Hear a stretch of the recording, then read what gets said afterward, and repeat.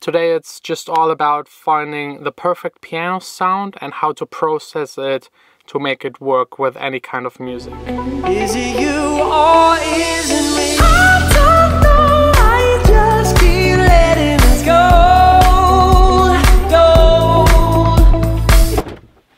Hey guys, it's Sunday. I'm in the studio feeling all perfect again. And I'm actually really today just trying to be here for a couple of hours. It's beautiful outside and I promised Vanessa to do some fun stuff with her. And I'm basically just here because I forgot my laptop charger, and without it I can't edit and upload these videos, and I can't work on any business stuff or do any music at home. But since I'm already here, I wanted to change one last little detail on my fall track that I kind of forgot to take care of yesterday. And while I was doing the track submits, one of the submitted tracks reminded me that I actually still need to improve the piano sound of the track. So let's just jump right into it. This right here is the project of the fall track. And I have here 4 tracks just with piano chords. So getting this really nice and rich sounding piano sound is super simple. The most important is of course to select the right plugin to create this piano sound. And I'm always using from Contact the Grandeur. It's a piano plugin.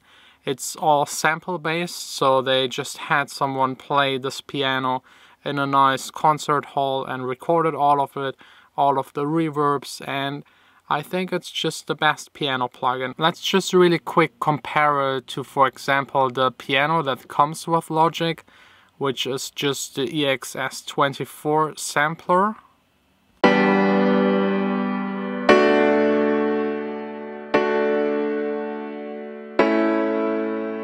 And now compare it again to the one from Native Instruments.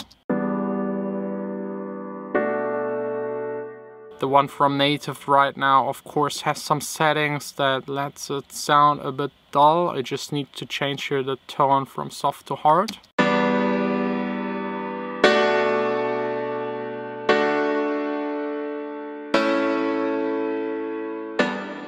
Now again the EXS24.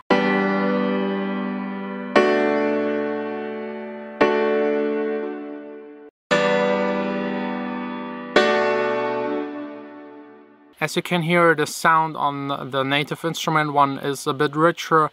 The one from the EX24 isn't bad, you can still get away using it, but there are some other plugins that just have really bad piano sounds, so make sure that the source of your piano sound is already a good one. And what I also love about the Grandeur is that you just have a lot more settings. You can open, close the lid. You can set it from soft to hard. You have the reverbs that already fit to the piano sound. You can even go here into the tone and equalize the sound, or if you want to go really crazy, go into the anatomy where you can change the release times, the noise sounds of the hammer and the damper, the pedal and also of the strings all separately. So they really put a lot of effort into sampling a piano and also sampling all kinds of variations so that you can actually set these things all by themselves. And on this track I'm just using a Logic channel EQ to cut away the low frequencies to make a bit more room for the kick and bass. And I used on this piano sound the new Neutron plugin by Isotope, and it also helped me a bit with the EQing. I have here 2 compressors and an exciter just to make the piano sound a little nicer. The one thing I now also want to add is actually by Waves, the S1 stereo imager.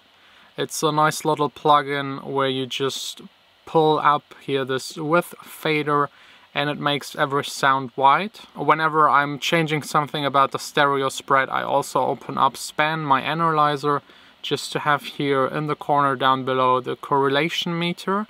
With it I can check if the sound is an antiphase, so if it gets cancelled out whenever you listen to it in mono, so just making sure it doesn't phase. So as you can see, the piano is a little bit too wide, so it's really in the antiphase. so I will back down a little bit with the width.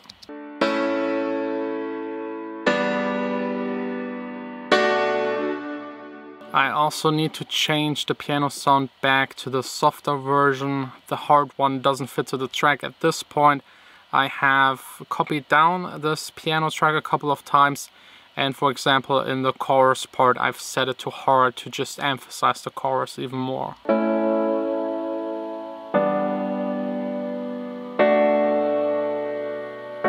I don't need a whole lot of the stereo imager. I just set it from 1.0 to 1.2 and it's enough on the sound. It really depends on the sound. If you would do the same with a kick, you could turn it up all the way and it would still not be in the anti-phase. It really depends on the source material. So always use the analyzer just to double check it, or if you have a switch on your sound card, set it to mono. You will immediately hear if it's an anti-phase. The sound will just be almost erased. And of course, depending on the track, you can do more with the EQ settings. I've done it more in the Neutron plugin, but some piano sampled sounds sound a bit weak, just around 2 kHz, so you might lower it a little bit there.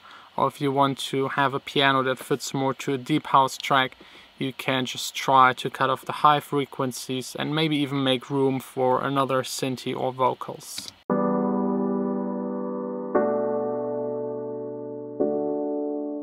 Or another really nice effect a lot of people use is just filtering the piano in and this way introducing it into the song.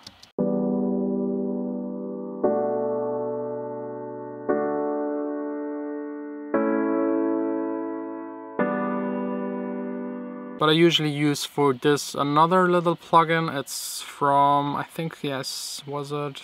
It's from Sonalxis and it's called the Creative Filter. And this filter in effect just sounds better if the piano is playing harder. This way you will hear more difference.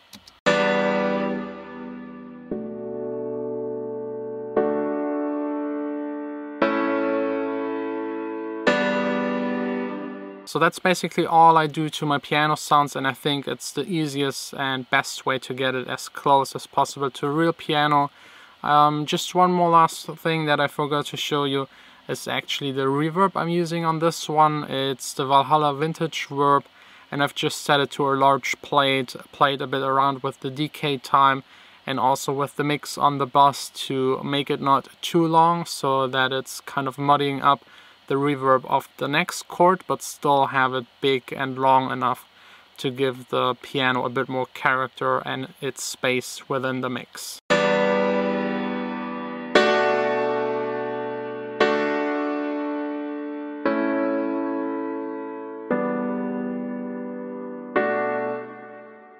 And now just let me play you all of it together within the track.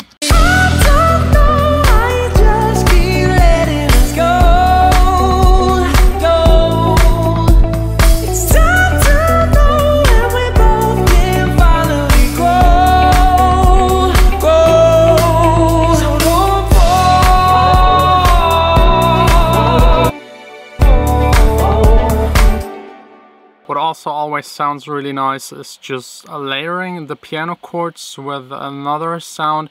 I usually go for synthy pads, or in this case I actually have the piano. And then some nice strings just on top to fill out the top frequencies and just make the piano sound a bit more epic and have this ambient sound that is filling out some of the higher frequencies.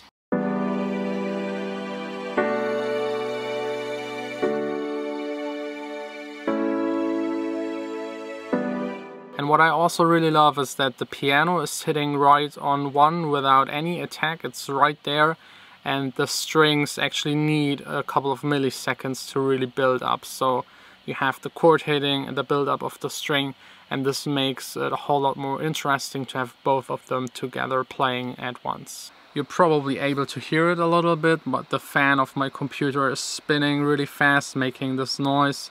And that's just because I'm capturing the screen size and running Logic with 47 different tracks with a whole lot of plugins, and also capturing the internal sound.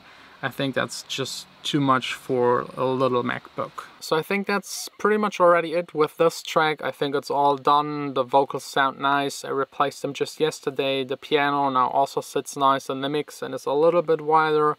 The mixing, I already did the mixing I think a couple of weeks ago with the new Neutron plugin with the masking features, so this is all working out really great.